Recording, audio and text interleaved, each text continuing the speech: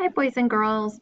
So before we jump in this week and get started in reading, one thing that we wanted to go back and revisit is something that you've heard of before, our nonfiction text features.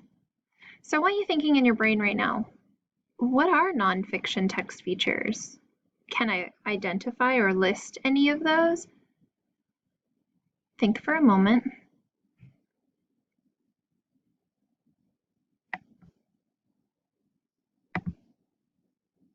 So just as a reminder, if you look up here, text features are parts of a nonfiction, we're talking informational book, that help you, the reader, find information easily or tell you more about the topic.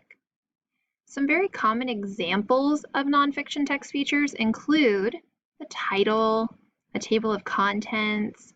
Oftentimes students identify like photographs, captions. That tends to be a nonfiction text feature that we pretty readily recall, a glossary, and an index. But you can see there are a few more here. Bold words, icons, diagrams, headings and subheadings. But again, the goal or the purpose rather of these nonfiction text features is to help the reader find the information easily and learn more about the topic. So we're going to get started taking a look at a few of these, just again as like a refresher. A title. Well, the title is the name of the book, and again, it kind of gives the reader like basically an introduction, some information about possibly even the main idea or the topic they're going to read about.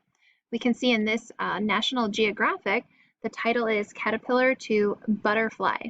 So maybe we're going to be talking about that stage of like the life cycle and metamorphosis and how a caterpillar then changes or transforms into a butterfly. Another example of a nonfiction text feature, one that students often recall, is the table of contents.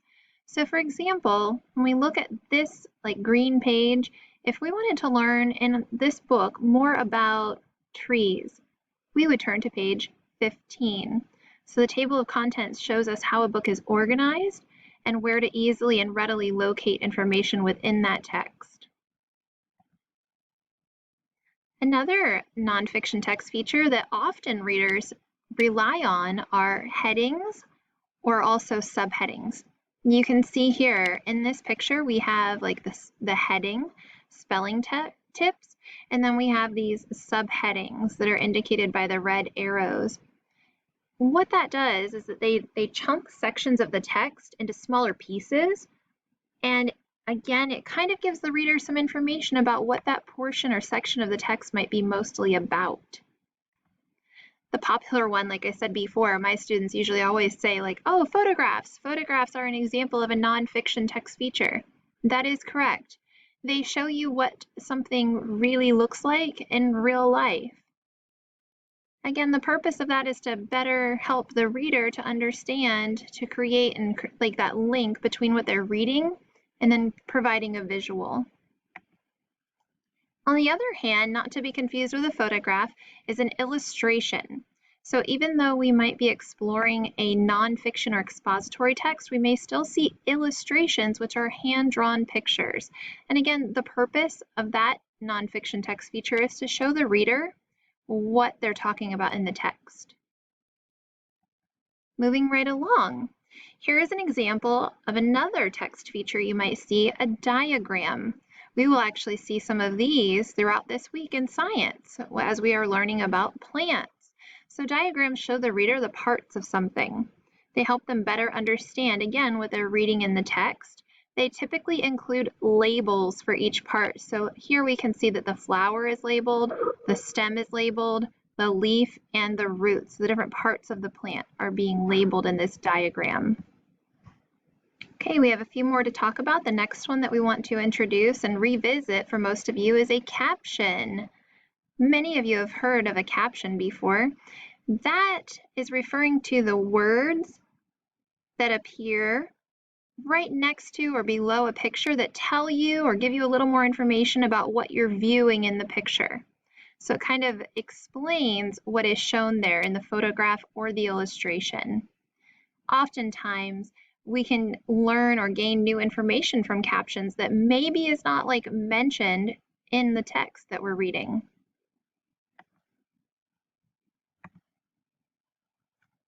Another example of a nonfiction text feature, bold words.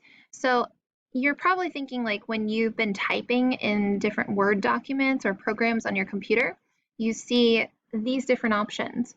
You can type in bold, you can change the color of the font, or type in something called italics where it looks like the font is like leaning to the side.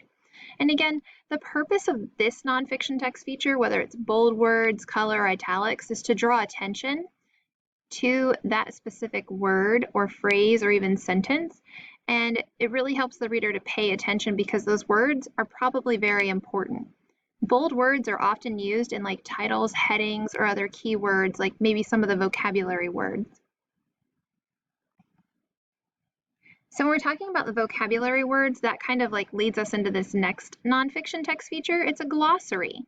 Many of you know what the glossary is or the purpose of the glossary. If you have someone next to you, I want you to turn and tell that person, what is the purpose of a glossary? That's right, it's basically a small dictionary and it tells you the meaning of the word. So oftentimes, especially in like science text, you're given vocabulary words about the topic or the concept that you're focusing on, and then the glossary will tell you the meaning of those words. Okay, the last one that we want to talk about is an index. So there are many more nonfiction text features, but this is another one that we commonly see in a lot of the information and expository text that we will encounter in 4th grade. And the purpose of an index is a way to like quickly find information on a certain topic within a text. So we might be reading a book all about like butterflies, but if we want to find information just about the life cycle of a butterfly, we would turn to page 7. It's usually found at or near the end of a text, and the index is listed in alphabetical order. So just a couple things for us to think about as readers as we wrap up this video. Really why these nonfiction text features are important to us? Well, a couple things here. They help you to quickly find important information in the text. They also can teach you more information about the topic you've been reading. They can also help you answer questions about a topic and the text. So I hope this was a good review for you of nonfiction text features. Now we're ready to get started.